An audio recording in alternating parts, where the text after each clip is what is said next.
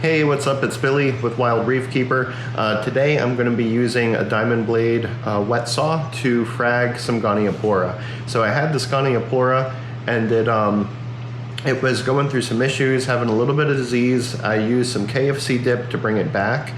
It's fine, but the parts that died are growing algae. So I'm going to frag off the dead pieces and then put them on frag plates to regrow.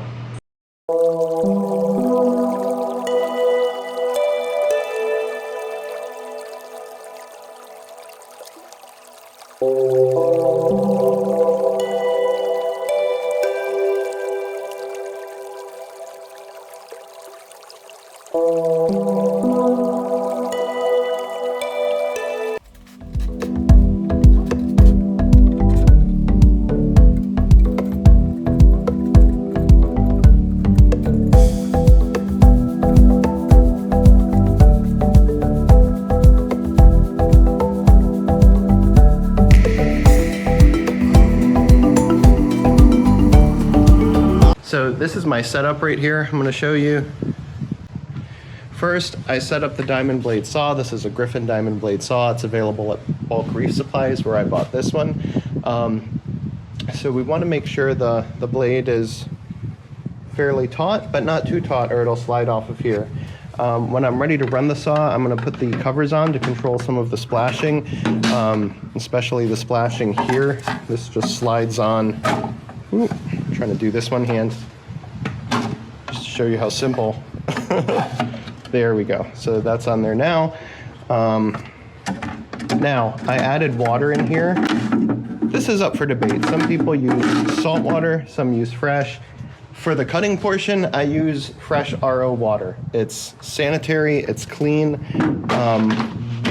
Of course, I have salt water in here. One thing I'll also say, see how everything recedes.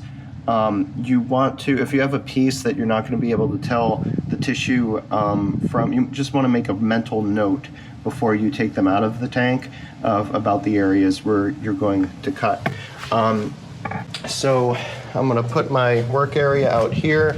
I have a frag kit from Bulk Reef Supply. Sorry, trying to open this one-handed. So I've got my frag kit here from Bulk Reef Supply, just for handling, cutting, anything else that I'll need to do. Now, it is going to splash a lot, so I'm going to try to keep that away or underneath, because once I start this, there's going to be water everywhere. This is the other reason why I'm not using salt water, because it ends up all over the tools. It just, I mean, they will get salty anyway. It just makes a huge mess. And I like the idea of having that blade completely sanitary when we're cutting. So I've got my frag kit over here, my glue ready, and that's all I need. I mean, I have glasses. Let's see, I don't think it's gonna splash too much, but I am gonna leave the camera here while I do this a fair distance away. Okay, so here I go. And I will say, this blade is soft to the touch. It's not really gonna cut you. Of course, I try not to hit that, but it will not.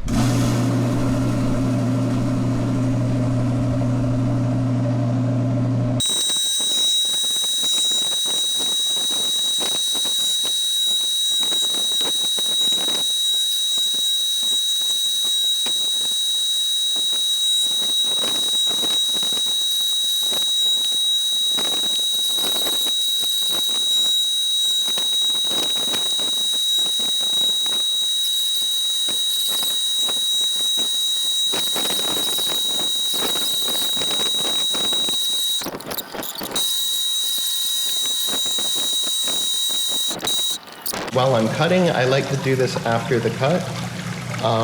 I've got oxygen, I've got a temperature sensor here, the heater on the opposite side, and I've got this running for plenty of extra oxygen and circulation and movement.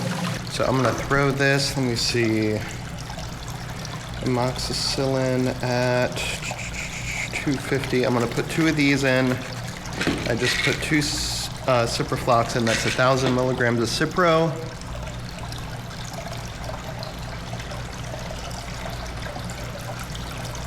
.500 milligrams of amoxicillin. I've put Restore in there, which are amino acids. It's just to help the tissue regrow. Chemi-Clean, and you really can't put too much.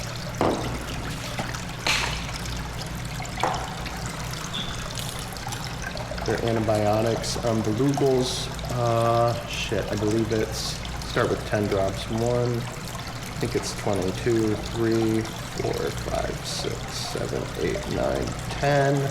I forget how much. I think it's 20. I'm gonna just, before I add more, I can always add more in there.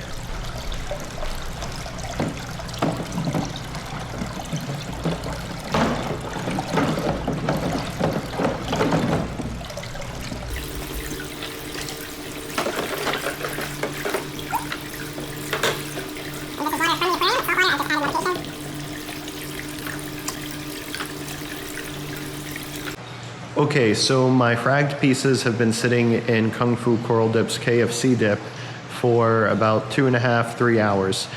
They're ready to go back into the tank. This is what they look like after a few hours in the dip. I keep rock in my sump, not only for biological filtration purposes, but I'm dipping this in Revive just to clean off any possible hitchhikers before it goes into the display tank. One thing you should know, and one reason why I do this, if you put rock in the tank, it's going to leach. I can't remember if it's ammonia. I think it's ammonia. It's bad. So with dry rock, you have to put it in water. It's going to release all the oxygen, whatnot, that's in the rock as it saturates itself with water, and that creates a small ammonia spike.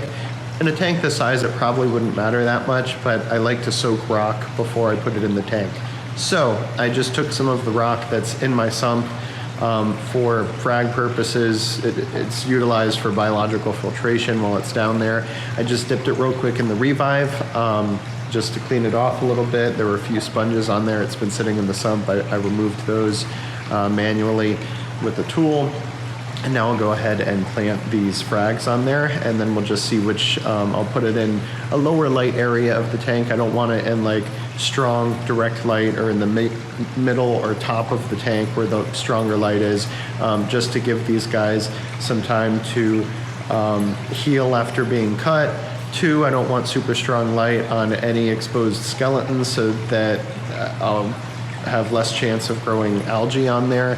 And 3, like over in the corner, I have a place in mind where there's a lot of crabs and snails that can get to it, and they'll go on there and clean off any algae that's starting as they start to regrow.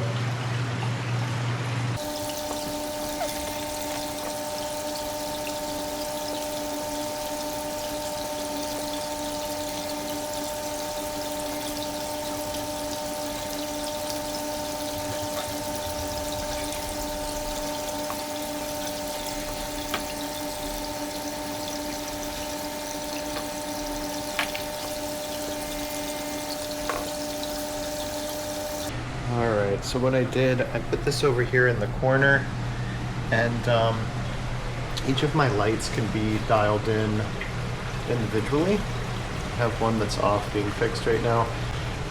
So I could turn that down to more of just like a blue spectrum. Right now I'm going to leave it alone and just keep an eye on it. So that concludes my hospital day. There's the frog spawn, if you can see the one that's not open. That's the one that got dipped and replanted. It fell off and was in the sand.